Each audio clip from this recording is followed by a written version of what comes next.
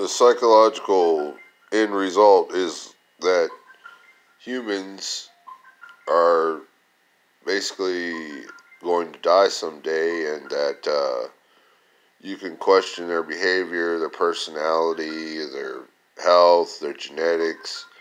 You can question all of this, and you can attempt to find the abilities of genetics and biochemistry to pursue whatever psychological adventure you want on planet Earth. And you can even pretend there's a God, and you can pretend you can do all of this. We don't have solutions until they come out by measurements. Okay? So measurements is the key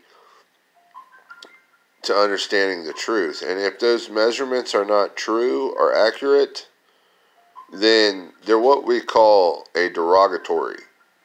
So like if you're judgmental about behaviors or things that don't provide action, like if I make a comment, a derogatory comment, it might mean that there is something derogatory that's a potential. But it does not mean exactly that there was an actual attempt to harm someone. So there's a difference between psychological harm and actual harm, physical harm.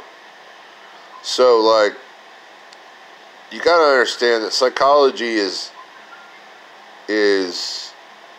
not always that important. It can be, but sometimes people do things that are out of the ordinary or unorthodox. And it doesn't mean what you thought it meant, what it should have meant.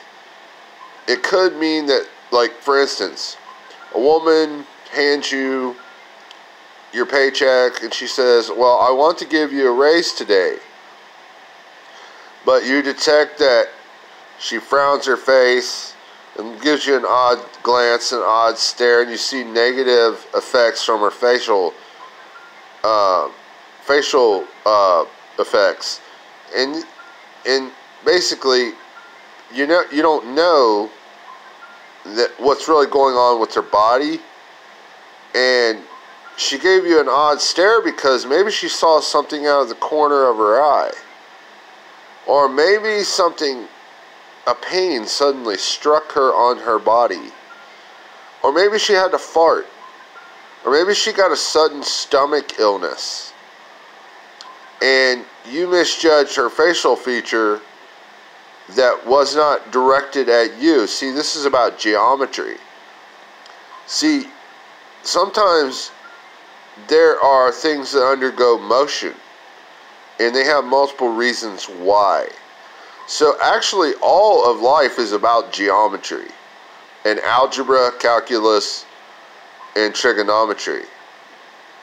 So like, you don't know a visual as well as you know communication. Visual things are misleading.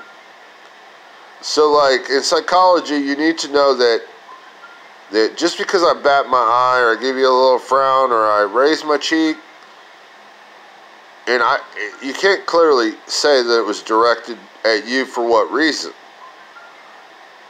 But something may have struck me at that moment, and I might have thought something that I knew, and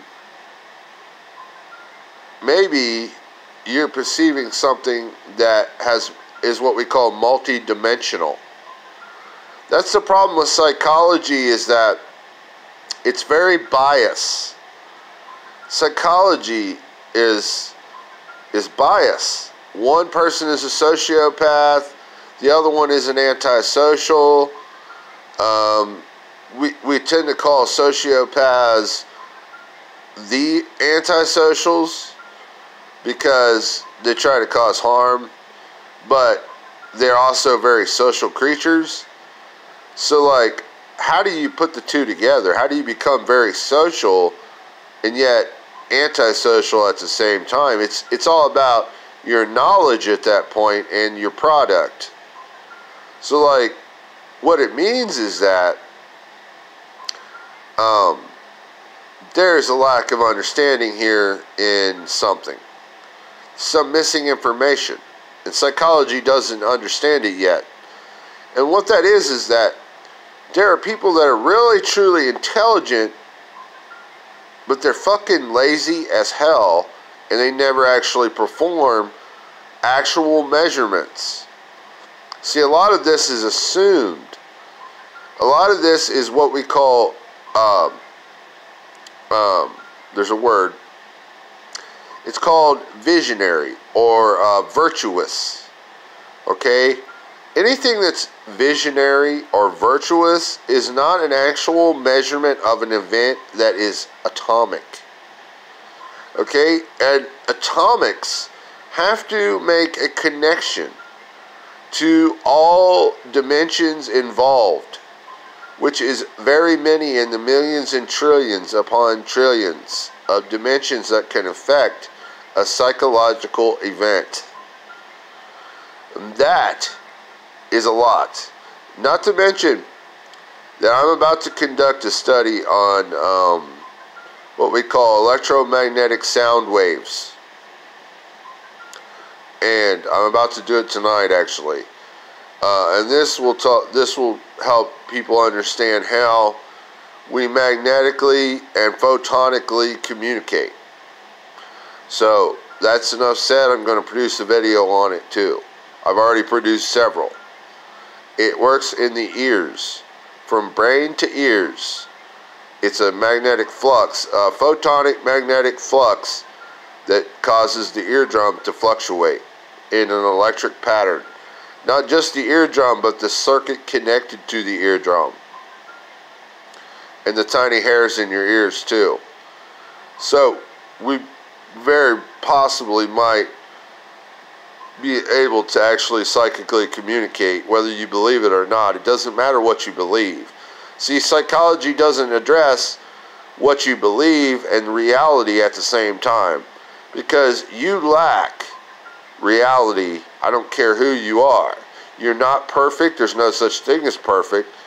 And guess what? You're only human, and you haven't measured hardly anything.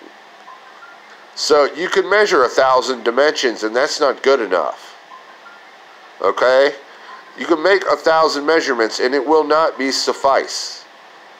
There's more like millions and trillions upon trillions of measurements you need to make. And they are all time consuming. This video is going to be about the end all be all of psychology and psychiatry. And yes, you've got to show brain chemistry on an image and live action. You've got to show all laboratory experiences. You've got to show every potential physical particle of geometrical connectivity in action, in route, legally, to prove this shit.